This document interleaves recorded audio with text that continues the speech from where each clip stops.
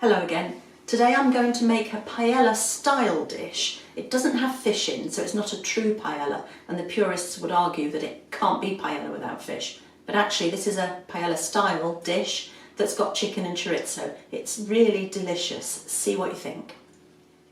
So what we need is an open pan. You're not going to need a lid. And we're going to start off with a leek, and you need to make sure it's clean. So I like to cut off the end and then just put the knife into it, pull it away from you, and then wash between each of the layers under the cold tap. It really is quite dirty, and there's nothing worse than getting grit in your dish. So I'm just going to wash this under the cold tap.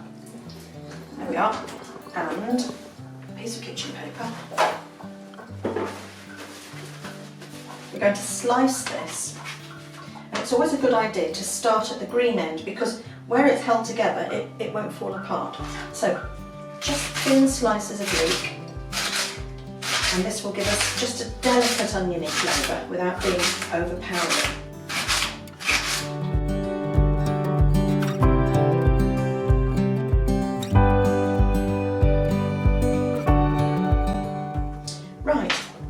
So what we're going to do is soften the leek in the frying pan with some olive oil, and to that we then add some chicken. And it can be chicken that's left over from a joint that you've cooked, or you can cook your chicken specially.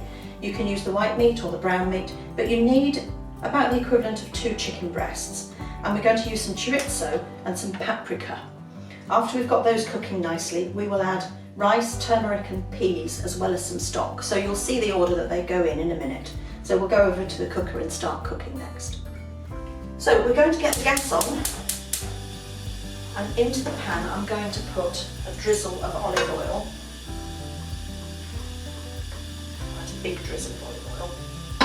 And to that I'm going to add the leek and get that to start cooking. Now if you haven't got a leek, you could always use an onion or spring onions, whatever you've got. I wouldn't use garlic, but certainly an onion, a big onion, or 3 or 4 spring onions would do the same sort of job. So let's get this just softening, and they'll change colour and they'll become a little bit less bright, they'll go a bit more dull. Now this will take probably 3 or 4 minutes, and as they begin to cook, the circles of leeks will separate, and so you won't have these big slices in there anymore, you'll get slightly smaller rings of leek. Now this has had about 4 minutes and it's softening quite nicely. The circles are breaking up, so we're getting smaller pieces really that will blend more through the dish. And that's nice and soft. So the next thing to do is add the chorizo, and I've got 200 grams here. You can use less if you're not so keen on chorizo, and you could use pennies, the little circles. And if you buy whole chorizo sausages, you do need to peel them. It's got a papery skin on the outside. Make sure you get that off before you chop it up. So that goes in, and we want the fat from the chorizo to start to run. And with it, we're going to put in 2 teaspoons of paprika.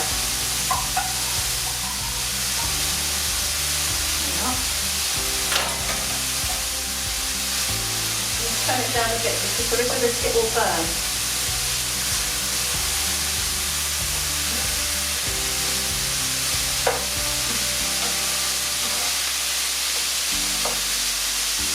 And when the fat begins to run from the chorizo, it's softening, getting shiny, that's when the chicken goes in. White meat, brown meat, it's entirely up to you, but cut it into smallish chunks. And that goes in now.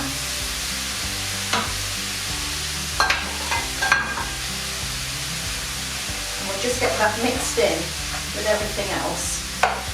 The next thing to add is some turmeric and the rice. So that's brought the temperature down a bit. This is enough for 4 people, so if you wanted to make enough for 2, obviously just half everything. If you want to make more, proportionally increase the ingredients. If you're doing a lot, make sure your pan is big. Right, so that's just getting heated through. And the next thing to add is the rice.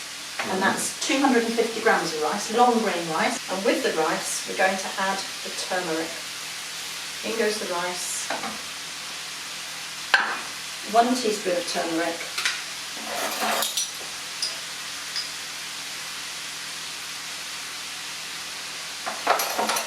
And that all needs to be stirred through.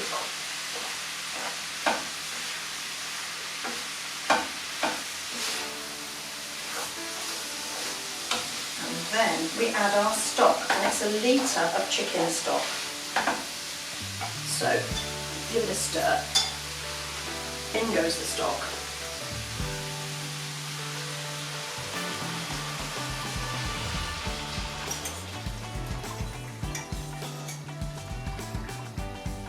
And you can see it's quite a pan full, so if you are making more, you're going to need a bigger pan. And that needs to be thoroughly stirred through, brought up to the boil, and that cooks. Once it's boiled, that's going to cook for 15 minutes. And after the 15 minutes, we add some peas.